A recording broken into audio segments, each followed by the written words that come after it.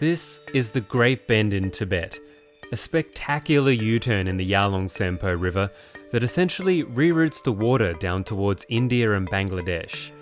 It wraps around one of the Himalayas' tallest mountains, and at its heart is the world's deepest and longest gorge, the Yarlung-Tsempo Grand Canyon.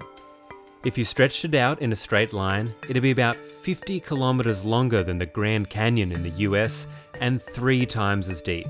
It's huge, and that's why China has announced, as part of its 14th five-year plan, that it wants to construct what it says will be the world's most powerful hydroelectricity dam right here, in one of the most remote locations on the planet. This is the world's most riskiest project.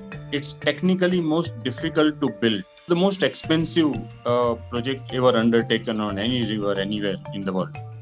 China has toyed with this idea of building a dam at the Great Bend for about 2 decades. That's because of the 2,000 metre drop from one side of the bend to the other. And while very few details of the project have been made public, experts believe one proposal for the site, known as the Motuo Hydropower Station, could involve boring a tunnel through a 7,700 metre mountain. The idea would be to divert river water down this tunnel to generate as much as 60 gigawatts of power. That's 3 times more energy than the world's biggest hydropower station, the Three Gorges Dam on China's Yangtze River. Yeah, it's nuts. It's completely nuts. It's like...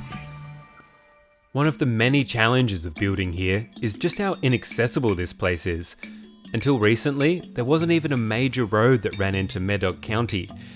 But it's also geologically and politically volatile.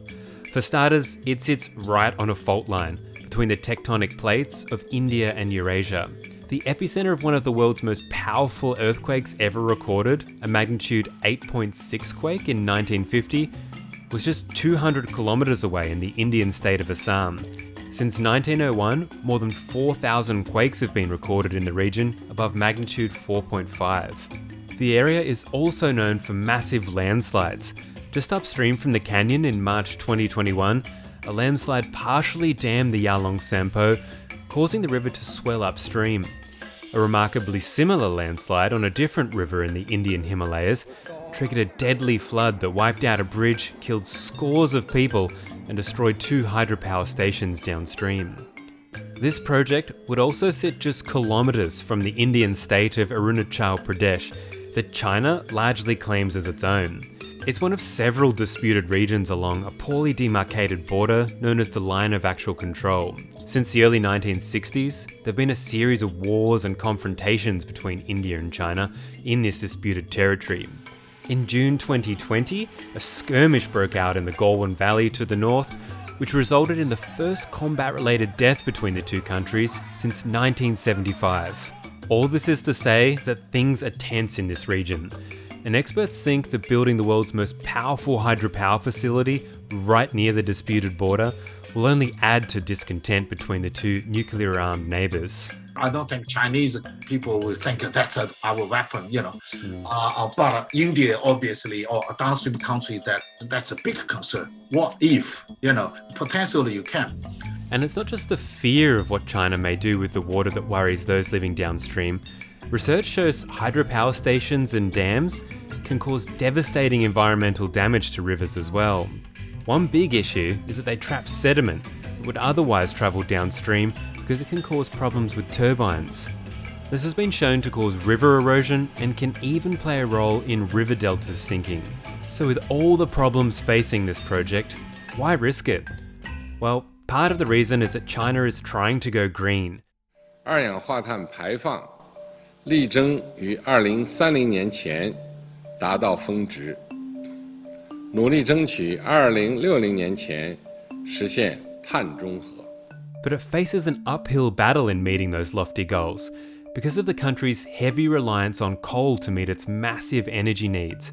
More than 60% of China's energy comes from coal-fired power stations, and it's still building more. In 2020, China approved more than 38 gigawatts of new coal power. That brings the total amount of coal power either in planning or development to almost 250 gigawatts. Building the dam on the Yarlung-Tsempo would barely scratch the surface of what's required for it to reach carbon neutrality. But Professor Wang believes the risky project is important because it's indicative of the way the Chinese government will tackle its green energy problems. Chinese government love the dam, love engineering solution. As long as engineering can fix the problem, they will go ahead. For many, China signalling that it was looking to tackle climate change was a huge step forward for the world's largest emitter of CO2. But there is concern about how it's going about it. Groups like International Rivers believes dams are not the answer, and that China should be looking to other forms of renewable energy. I think we need to ask as well, sort of at what cost, what would be destroyed in the process. I think this is not the only route that can or should be explored to carbon neutrality. With so much at stake on so many levels, experts are hoping it won't be long before Beijing sheds more light on exactly what it has planned here in remote Tibet.